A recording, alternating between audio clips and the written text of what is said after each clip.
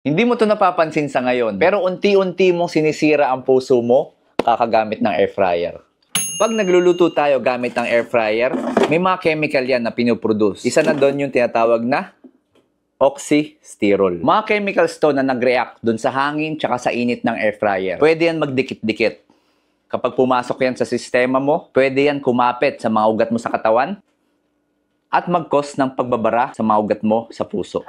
Ganto karaming oxysterol yung napoproduce sa air fryer. Ganto naman sa ihaw at ganto karami pag nagprito ka. Kung mapapansin nyo, mas marami pa rin yung oxysterol na napoproduce sa ibang ways ng pagluluto. At nadodoble pa yan pag ikaw ay deep fried. Safe naman po gumamit ng mga air fryer kasi nakakatulong nga to para mag-lessen yung paggamit natin ng mantika. Ang dapat nating bantayan yung uri ng pagkain na niluluto natin tulad ng mga processed food, ng mga matatabang karne kasi kahit anong luto yung gawin mo dyan, talagang mataas po yung oxysterol na mapoproduce dyan. At alam nyo po ba nakakatulong din yung pagmamarinade ng mga ulam kasi pag na-marinade po yung ulam, mas nape-prevent po yung production ng oxysterol. So kung may kaibigan ka na mahilig magprito, tag mo siya sa video na to.